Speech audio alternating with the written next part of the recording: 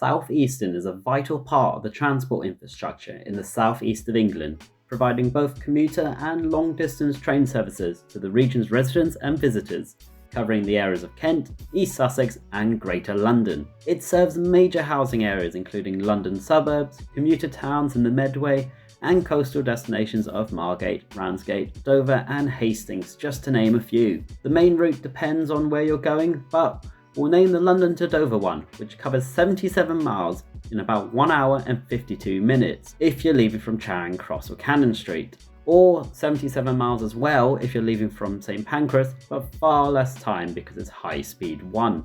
It calls at 177 stations in total, of which 152 are step-free to some degree, and 165 of these stations are operated and run by Southeastern themselves. This is done via numerous key services, but before we start, I want to clarify this is generally off-peak weekday services, and there are plenty of oddities. Starting with the metro lines, there's a half-hourly stopping service from London Victoria towards Orpington, calling at all stations via Beckenham Junction.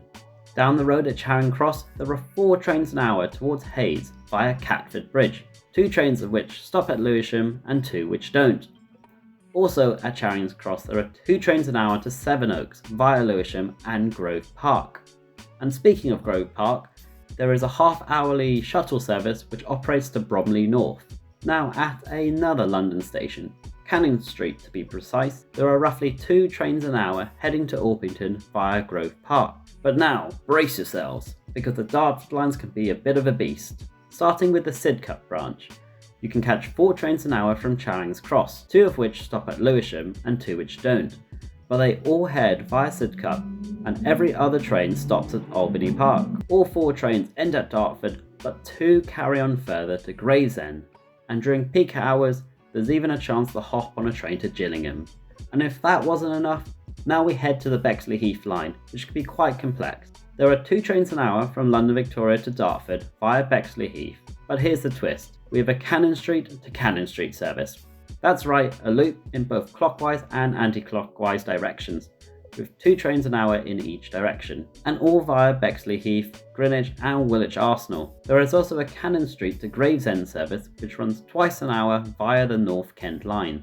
There were plans to extend all of these into the South London Metro, which you can check out in an older video here, although I don't think it's happening anymore. But now the London Metro line's out the way, let's hit the longer distance ones. Starting with the hourly service from Victoria to Dover Priory, with stops at Faversham and Canterbury West, or the hourly service from London Victoria to Ramsgate, via Faversham and Herne Bay.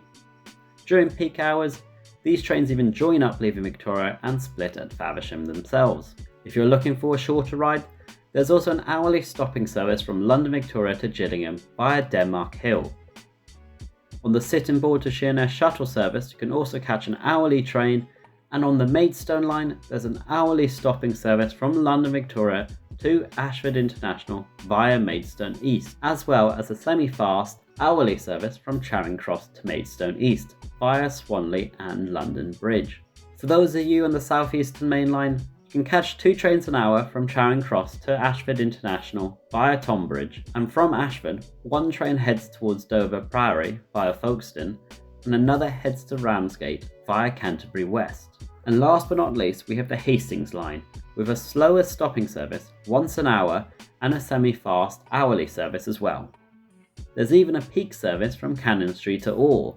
On the Medway Valley lines, you'll find 2 trains an hour from Strood to Paddock Wood via Maidstone West, and this leads us to the gem of Southeastern. Okay, maybe that's a bit far-fetched, but the last routes we have are on High Speed 1 from London St Pancras. This is another orbital route with 3 trains an hour to Strood, where they split up.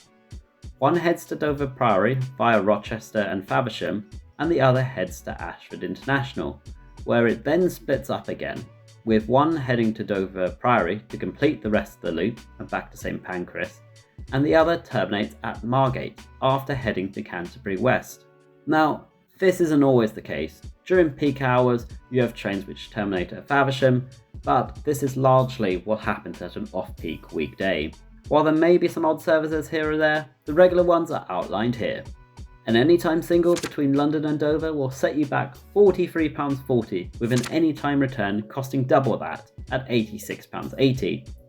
There is a slight increase on High Speed 1, although it's remotely cheaper coming back. And the main train maintenance centres are at Ashford, which also doubles up as the main depot.